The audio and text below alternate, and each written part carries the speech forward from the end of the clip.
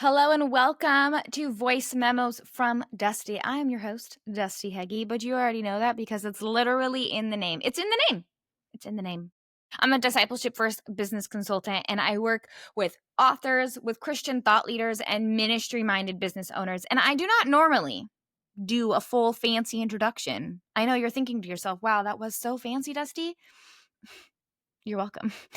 But every once in a while, I like to, because the nature of this podcast is it's meant to be personal. It's meant to be a space where I can be honest with you and you can be honest with me. And having a ton of introductions just kind of derails that, I feel like. But I don't know, that's just me. But I also know that there's so many more of you joining our community, and I am truly so very touched and so grateful and honored to be leading this space messily and perfectly and as humbly as, because God's really good at humbling me. I got this cute little, if you're watching the video, you can see my adorable little Santa mug. I don't know if you've been following along, for how long you've been following along, but a couple of years ago, maybe 2 years ago, maybe more, because I'm really bad at timelines, just so bad at it. Anyways, I had a hunt for the perfect Christmas mug, and it brings me such great joy to bring this out every winter. And it's like one of those little things that I feel like helps me sort of weather seasonal depression, to be 100% honest. Currently, it is so very stormy outside. Winds about 35 miles per hour. I have been trying to record with a wonderful friend and Bible teacher and coach. Her name is Brandy Dawson. And I'm going to get to be on her podcast, Eighth and Grace, and you guys, my sweet friend. She's going to come to Company Retreat, and she will be leading us in Bible study in the mornings. This is an optional element of Company Retreat. And in reality, everything in Company Retreat is optional, right? It's your retreat. Like, you're investing in this time for deep work and deep rest. And it's my job to facilitate giving you the space to utilize that how you wish. And one of the things we're going to be doing in the morning time is a slow morning. That's very important to me. Breakfast will be ready for those of you who are early risers for like a light little snacky situation. I'll be up making coffee by the cup because you bet your bottom dollar. Have I ever actually said that in real life? Bottom dollar? No. Well, this is real life, but I just said it on like a recorded line, so that's weird. Anyways, I'm going to be making pour overs for you.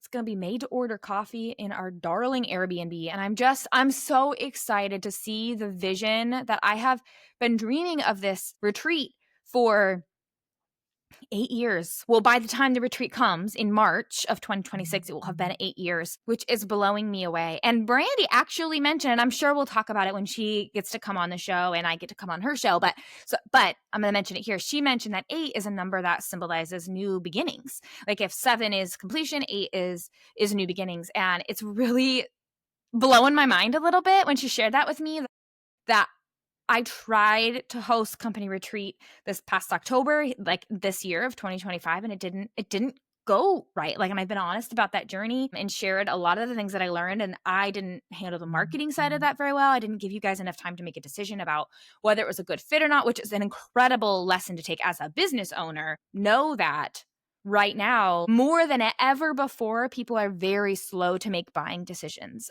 for big investments and for small investments. We're seeing more impulse buys when economic times get really hard. We see a lot more impulse buys in like extras, lip glosses, makeup, candy bars, like all the little things that are at the checkout, because people are looking for something to pick them up, to lift their spirits. And that's really beautiful in its own right? But those quote unquote needs, or the things that are a need / extra that are a bigger investment, once we get past, I don't know, 20 or so in that $20, $50 range, people are slower to buy decisions in times of economic turmoil. And I think economic turmoil we are in. And so something like Company Retreat, where the investment is around $3,000 right now, it's actually $4,000, but right now it's early bird applications are open. And so you can get in for $1,000 cheaper, because this is 5 days, 6 if you book an early bird ticket, of deep work, deep rest, all inclusive. Like, I'm cooking your meals, I'm hosting workshops, facilitating space for you. Like, all you need to do is submit your application, sort out your travel. And even there, I'm going to meet you at the airport I'm going to be picking you up like to the very best of my ability. I'm going to facilitate everything from you getting to the airport to the retreat location to be able to just rest and breathe and pull away from the distractions of the outside world. And we're just going to like cozy up in Cannon Beach, which is a space of deep significance for me. Cannon Beach is, in my opinion, a very holy, sacred place. And not in my opinion. It is. It just is. It's such a special place. I feel like every single man and woman, believer or not, who has been in Cannon Beach recognize the magic of Cannon Beach. It is a small little sort of tourist town, but like charmingly tourist, if that makes sense. It's right on the Oregon coast. Like you can hear the beach from most spots in Cannon Beach. And it's kind of a 3-minute walk away from wherever you are normally, which is beautiful. The Oregon coast is stunning. It's also, Cannon Beach is the home of Ecola Christian Conference Center, and that location is special to me. My husband spent a year studying Bible there. We met some of our dearest, closest friends there. Like, it's a space that I believe God has protected time and time and time again to do good work in that space. And it's like a no-brainer to me. Like, I'm so willing to pay more for an Airbnb to get it in this location or as close as humanly possible in Cannon Beach because of its incredible significance to me. And I'm just so excited to share that with you. And so when Brandy mentioned to me that like, this is crazy, but this is year 8 and 8 is new beginnings. And we'll talk more about the significance of that for her story and for my story later. But it really touched me and it was such a good reminder that like, I'm a firm believer that some people say, how do I phrase this? Some people say there's no such thing as failure, which I think is utter nonsense. There's absolutely such thing as failure. 100%. You can choose to walk outside of God's will, or it can be a failure in the eyes of the world. Things aren't going how you expected. And there's like a million ways to define it, but failure is real, however you choose to define it. And we serve such a mighty God who is redeeming every little thing. And I'm all jazzed up about it today because I had 2 wonderful conversations that have just, God has been reminding me again and again to just keep going, to just trudge on, even when I'm weary, even when things are so hard. And my sweet friend, as you're listening, things are hard. Things are real hard. Like, you know about quite a bit of it if you've listened to the backstory from what this last year has brought for us. I am in the middle of my second parental divorce. There's a lot of really hard stuff at my husband's job right now. There's so much, like, a parental divorce in and of itself is hard. Add holidays, add, just a ton of other conditions that I'm not going to share here in this space because I don't think it's really going to be a fruitful piece of this conversation at this point in time. But things be hard, yo. And I know that I'm not the only one. I've had so many incredible conversations with other men and women who are also having a really hard time. And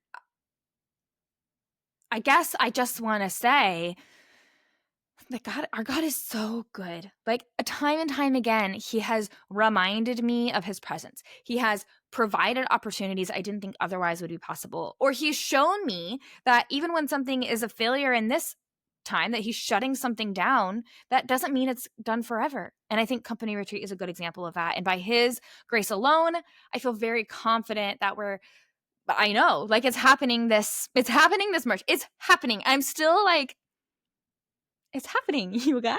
It's happening. And I would love to have you come and join. It's March 23rd through 28th. And please hear me when I say, I know I said this last episode, I guess 2 episodes ago, because last episode was Kristen LaValle was on talking about her new book. And if you didn't catch last episode, please just pause this, go listen to that, and then come back. But if the financial investment is what's holding you back right now from attending Company Retreat, if that's the piece that's hard for you, apply nonetheless, and let's have a conversation about it.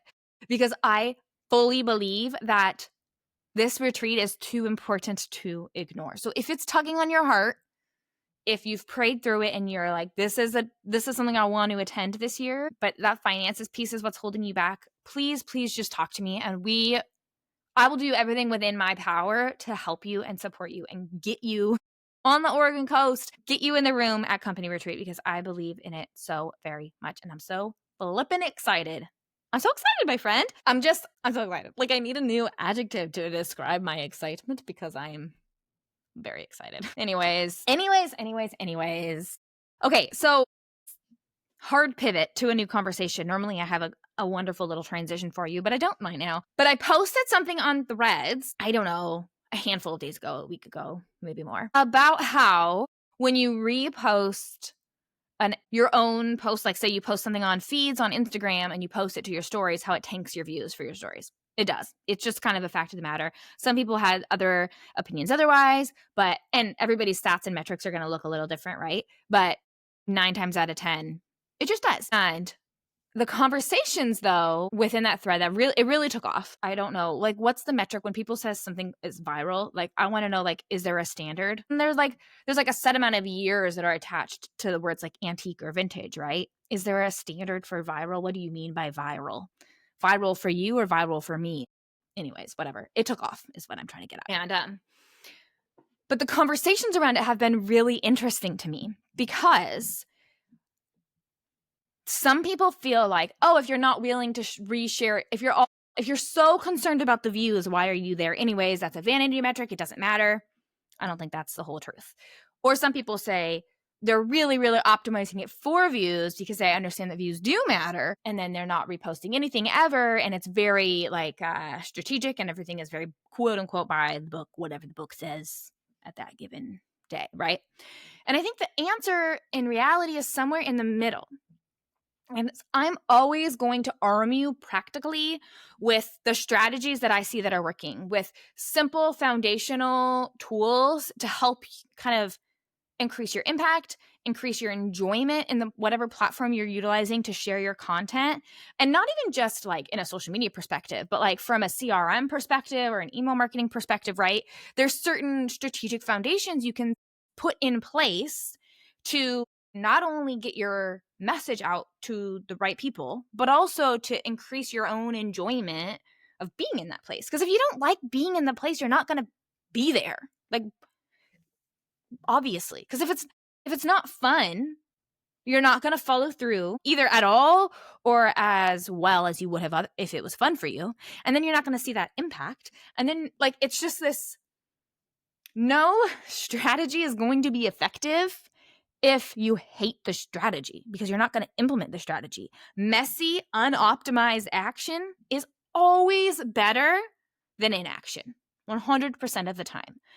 Messy, unoptimized, lacking strategy action that's just kind of haphazard and you just go will get you further than overthinking and doing nothing, 100% of the time. And I want you to keep that in mind as I'm about to kind of share what's working for me and what I see working kind of across the board in spaces like Instagram and in the kind of current landscape of social media marketing, because it's not going away, but it is changing rapidly. And so something I want to first pull you back to is basic sales principles still apply. We still need to engage in a story. We still need to shift objections. We still need to showcase the value, not just what's included. Because what's included ultimately for an offering or a service, you see how I mix those words together there? Anyways, what's included produces an outcome for people. And it's the outcome that we're getting for our clients or our customers or our readers that they're buying. It's not the container so much so, right? Or at all. What they're getting is an outcome. And so all of our content needs to point towards or facilitate that outcome in such a way that they can see themselves living in that outcome and they can imagine what life would be like if that outcome that you offer people was true for them. And so keeping that sort of general framework in mind as you're creating content, how can you shift objections and address concerns or speak to the person who has not yet reached that outcome but is longing for that outcome and help them see how your offer, your product or your service or your book or whatever it is you're selling, whether the exchange is money, is currency, or is an email address, right? and you're like building your list, or the exchange is a follow, that's still a sale. There's still like a transaction happening here. It's just that the currency isn't money. The currency is a follow or an email or whatever, right? And so keep those basic principles in mind is what I would like to say. When in doubt, return to sales skills. Study and learn and understand human psychology and buyer psychology. Like as soon as you can start to understand the way brains think, you can then speak to people. And now here's where I want to inject some discernment. I want to inject some nuance. And this is a deeper conversation that I can start here, but we're not going to be able to finish here in this space because I'm going to be meeting my mother-in-law and we're going to do a little Christmas shopping together. And I've got about 20 minutes, maybe a little less, to finish recording this. And I can't get into it all. But I want to start this conversation here because it is a good conversation to have. So if something stirs in you or if you have follow-up questions, please, pretty please, shoot me a message on any of the platforms, on Instagram, or I feel like Instagram is the best platform for actually sending DMs back and forth. Other ones kind of feel muddly, but Substack also works, or email, or whatever. I'm making this more complicated than it ought to be. Carrying on. Here's what's currently working for me in Instagram. Honestly, what I need to do is write like a pretty thorough post about this because I am sharing what's working, not from a perspective of trying to reach 100,000 followers. Like this is not tactics or strategies that are meant for fast growth. This is tactics and strategies that are meant for consistent growth and deeper impact in community. So I've been pretty vocal that I'm like working towards shifting more towards visibility. And one of the key components in that is me getting on other people's podcasts, because that's a little bit more of an evergreen way to grow visibility for my unique strategy. And I'm also working on growing online platforms. And one of those is Instagram. I haven't completely abandoned it. You've long heard me wrestle back and forth. It's like a love-hate relationship with that space. And the more I just kind of want to give it all up and the more I am actually intentional about praying about it, the more I'm like, actually, I think I should stay there for now. But I am kind of crafting my Instagram exit strategy on the back end if and when the tides change and I'm ready to get out, right? So bearing all of that in mind, here is some practical things. The first is Threads. I am noticing if you are active on Threads, you will see more engagement, views, follows on every capacity on Instagram as well. Kind of think of them like sisters, and they gossip to one another. They give each other updates. Maybe that's better than gossip. When I'm posting regularly on Threads, I get more followers on Instagram. I actually have grown like 70 followers on Instagram, which has not happened for me. I don't think I've grown more than like 20, like gross. Cause it like, I'll grow, my numbers are small, so bear that in mind. But I'll grow, I don't know, 20 in a month, but I'm also losing 20 in a month, right? So like, it's kind of like it's like a net zero, really. And it's been that way for a year, probably more. But in this month alone, I've grown in actual numbers and sustained about 70 followers on Instagram, which for me is kind of a big deal. And it's me working towards steadily that visibility goal, right? Because I have so many of the foundations set up on the back end. They're not perfect foundations, but they are going to support some growth, and then I can come back and optimize those foundations more to support more growth in the future, right? And so that's kind of the way that I would recommend going about it for your own business and for your own work. But Threads is an important piece of that. What's working on Threads is a separate conversation, but just keep in mind that it's text-based. So quippy little sentences, something you're thinking about. I like to kind of talk to people about Threads as replacing almost what used to be stories. So do you remember when the advice for utilizing stories on Instagram was to always have 5 to 7 slides and be posting every few hours throughout the day so it re-pops your like little face bubble up in the front of the lineup, right? That's no longer advice that works. It doesn't go like that. I'll talk about what works for stories now in a minute. But I would say that advice that once applied to stories now absolutely applies to Threads. But bear in mind that it's a text-based app more so than it is a visual app. An occasional photo, an occasional video, I've noticed does well, but it is text-based. And so do it that way you will.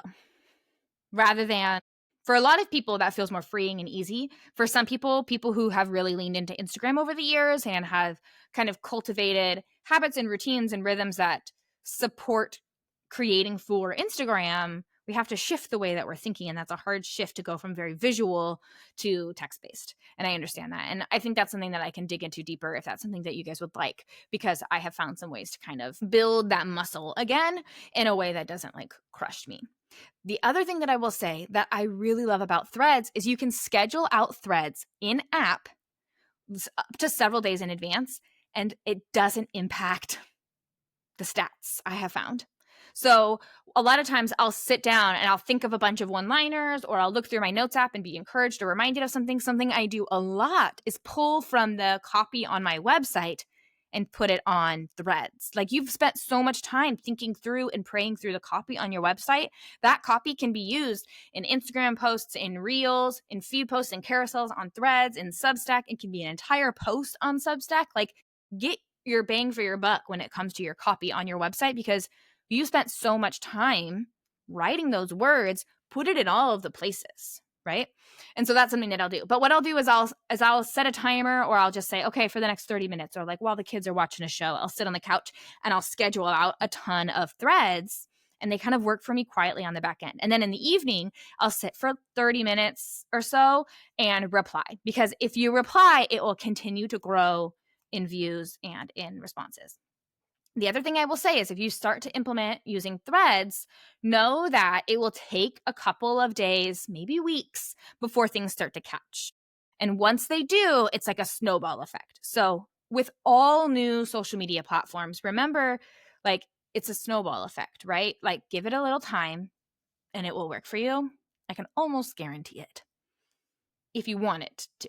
It is not something you have to do. And that is true of every option for marketing. Like, there's 1,001 ways to go about this. So bear it all with a grain of salt, right?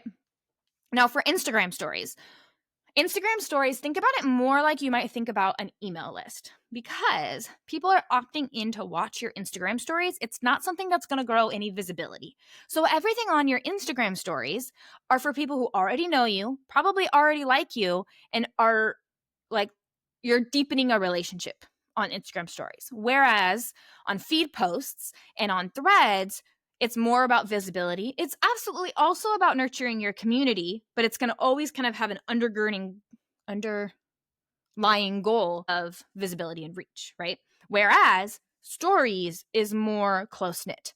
More than likely, like every other Instagrammer I know, your story views are probably really low compared to what they once were. And that's okay. Don't worry about it, because just nurture the people who are there. And here's what I will say that has worked very well for me in increasing views without sort of sacrificing the fun for me, because I've been experimenting with it for the last 6 to 9 months or so. And what I think now is a much healthier relationship to stories. And I get a lot more sales through stories now than I once did because of these kind of changes. The first is I still take photos and little videos throughout the day for content creation, for fun, because I like it. And so just kind of be thinking, like, can you take a couple of little photos or videos throughout the day? The other thing I'll notice is if you're doing like a talking head story, more often than not, this is what's working for me, so keep that in mind, I have found they don't do very well. People aren't gonna, I don't ever sit and watch if people are talking, even if it's somebody I love so much. I'm not sitting there watching I'm just not going to do it. If you take the time to type it out and add captions, then I will. So I will add that caveat, which is why I almost always, 99% of the time, I will type out everything that I said to make it easy for you to read, so you don't have to sit there and watch me yap away for a minute, because a minute is a long time for a story slide now. It used to be 15 seconds. And so I like to try my very best. And sometimes I do just do talking head. I kind of try and mix it up a little bit, because I'm always kind of playing and experimenting with what works. And sometimes showing up as like a talking head Instagram story is actually what's going to be fun for me in that time. And like I said earlier, it's better to prioritize what's going to just get you moving than overthinking this isn't, whether or not it's like the most strategic way to do a thing, right? So it's kind of that nuance and that balance. But regular images of your face still work really well. Let your stories expire and then sit down and post 3 to, I wouldn't go more than 7, but sometimes there's a reason. Again, all of these are fluid, but 3 to 5 I have found does the best. And think about those 3 to 5 like you're telling a full story. It's not just 5 random things. Pull it together with language, with visuals, so that it's telling a story from start to finish. Know that the views are going to drop off the second slide primarily. Like there will be some drop off in the first. The biggest drop off will probably be the second slide. And like less so will get all the way through. But you want as many as possible to get all the way through, because the more people who get all the way through, the more you'll be able to consistently build and grow your story views over time, right? The other thing I will say, I have to wrap this up because my mother-in-law got here early, is don't reshare your own feed posts to your stories. Instead, utilize it as an opportunity to expand on what you were talking about in the feed post and add more depth. Think about it as a way of like, if the feed post is for somebody who maybe hasn't met you or doesn't know you as much, and your stories is like, you're going a level deeper. Those are some really practical things, and I would love to expand upon these more in another episode. So if this was helpful, let me know. Thanks for hanging out with me. I gotta go answer the door because my mom is here. Okay, bye. Talk later.